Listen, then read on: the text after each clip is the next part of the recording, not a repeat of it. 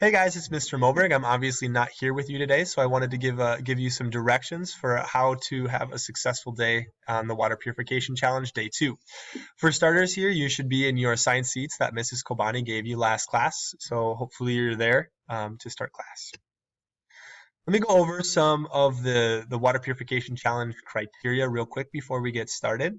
The things that we're going to be judging are purity, how pure is the water, and we're using this blue ppm reader.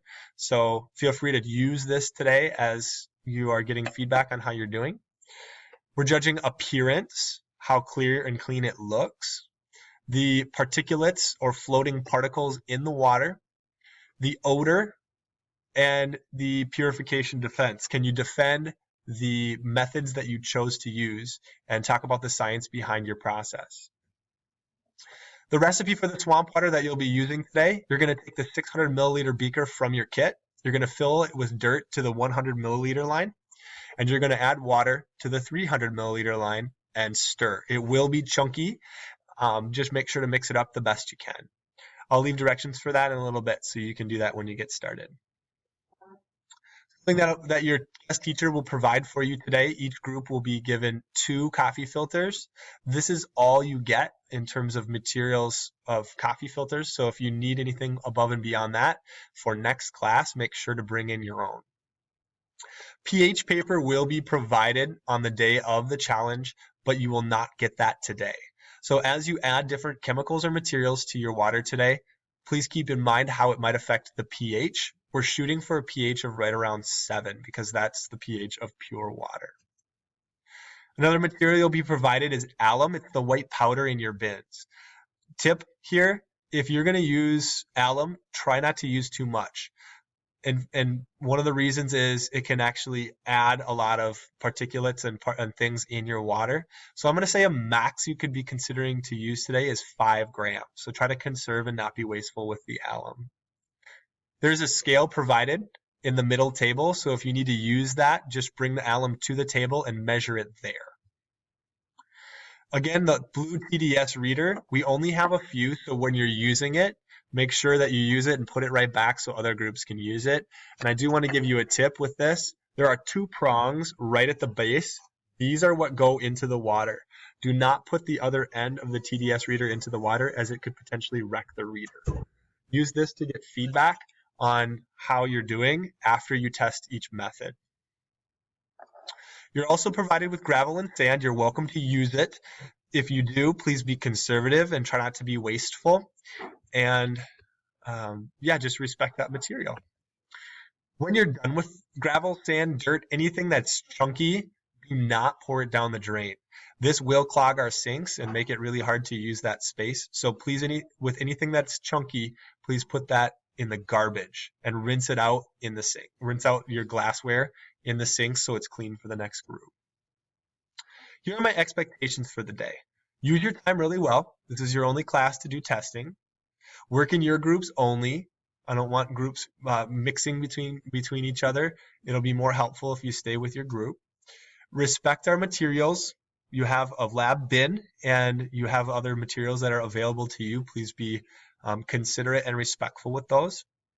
Clean up after yourself so that the next class can come into a clean space. This means putting everything back in the white bin, rinsing out your glassware, and making it look nice and clean. And if you're stuck, ask questions. Mrs. Kobani will be floating between my room and hers, and she'll be a resource for answering any questions that you have about the challenge. If you have any questions for me that are not urgent, feel free to email me and I'll get back to you as soon as I can. Here's our flow or plan for today. If you haven't completed your research, start there.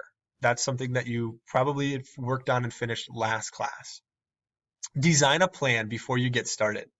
This link brings you to just kind of an outline plan. You want to be thinking about the methods you researched, and you want to have some science to back up your reasoning. So start to fill out this template, and this will be really helpful for you as you think about how you're going to defend your process next class.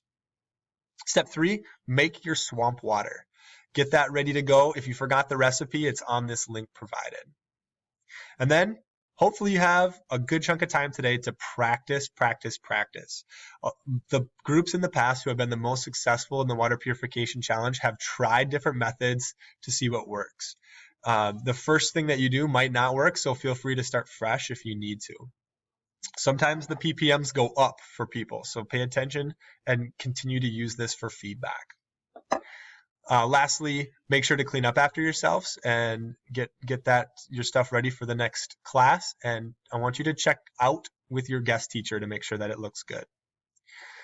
And you do want to leave here with a plan for next class. So if there's anything you need to bring from home, make sure that you bring that and have that ready to go so that when you walk into class on Wednesday, you're ready to go. A couple of the parameters that I do want to mention. Boiling is off limits for this challenge because it's just so effective, and we already showed you how to do that method.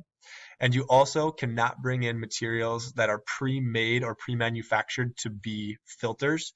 However, you may use parts from these filters, or you can look up how these filters work and build your own. Pause the screen right now and leave this up for the rest of the class, and the last 5 minutes, your guest teacher will resume playing the video. All right, I hope it was a really successful day for you with getting a lot of research done. I want you right now to make sure that your lab space is all cleaned up. Have your teacher come back and check out your space with you, and make sure that when you come back to class on Wednesday that you are all ready to go. All right, thanks. I hope you guys had a great day and have a great weekend.